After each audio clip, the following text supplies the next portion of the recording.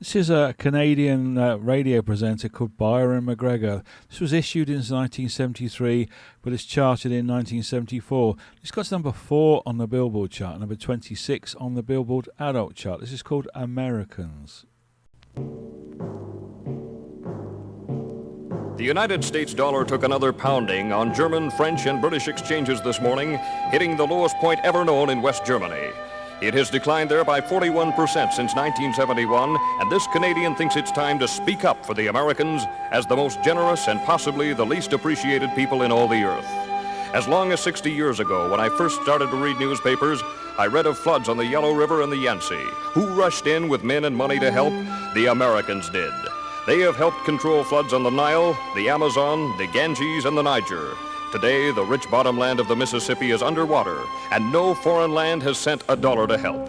Germany, Japan, and to a lesser extent, Britain and Italy were lifted out of the debris of war by the Americans, who poured in billions of dollars and forgave other billions in debts.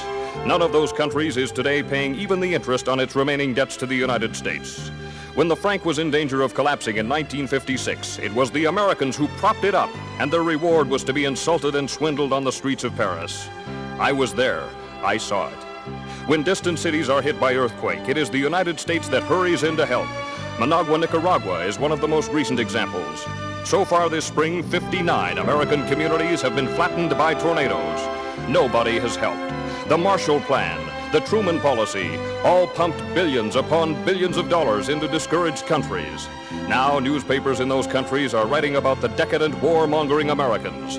I'd like to see just one of those countries that is gloating over the erosion of the United States dollar build its own airplanes. Come on, let's hear it. Does any other country in the world have a plane to equal the Boeing Jumbo Jet, the Lockheed TriStar, or the Douglas 10? If so, why don't they fly them? Why do all international lines except Russia fly American planes? Why does no other land on Earth even consider putting a man or woman on the moon? You talk about Japanese technocracy and you get radios. You talk about German technocracy and you get automobiles. You talk about American technocracy and you will find men on the moon, not once, but several times, and safely home again. You talk about scandals and the Americans put theirs right in the store window for everybody to look at. Even the draft dodgers are not pursued and hounded. They are here on our streets, most of them, unless they are breaking Canadian laws, are getting American dollars from Ma and Pa at home to spend here. When the Americans get out of this bind, as they will, who could blame them if they said, "The hell with the rest of the world. Let someone else buy the Israel bonds. Let someone else build or repair foreign dams or design foreign buildings that won't shake apart in earthquakes." When the railways of France, Germany, and India were breaking down through age, it was the Americans who rebuilt them.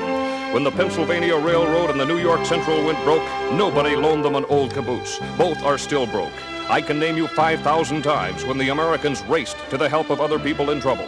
Can you name me even one time when someone else raced to the Americans in trouble? I don't think there was outside help even during the San Francisco earthquake. Our neighbors have faced it alone, and I'm one Canadian who's damned tired of hearing them kicked around. They will come out of this thing with their flag high, and when they do, they are entitled to thumb their nose at the lands that are gloating over their present troubles. I hope Canada is not one of these, but there are many smug, self-righteous Canadians. And finally, the American Red Cross was told at its 48th annual meeting in New Orleans that it was broke.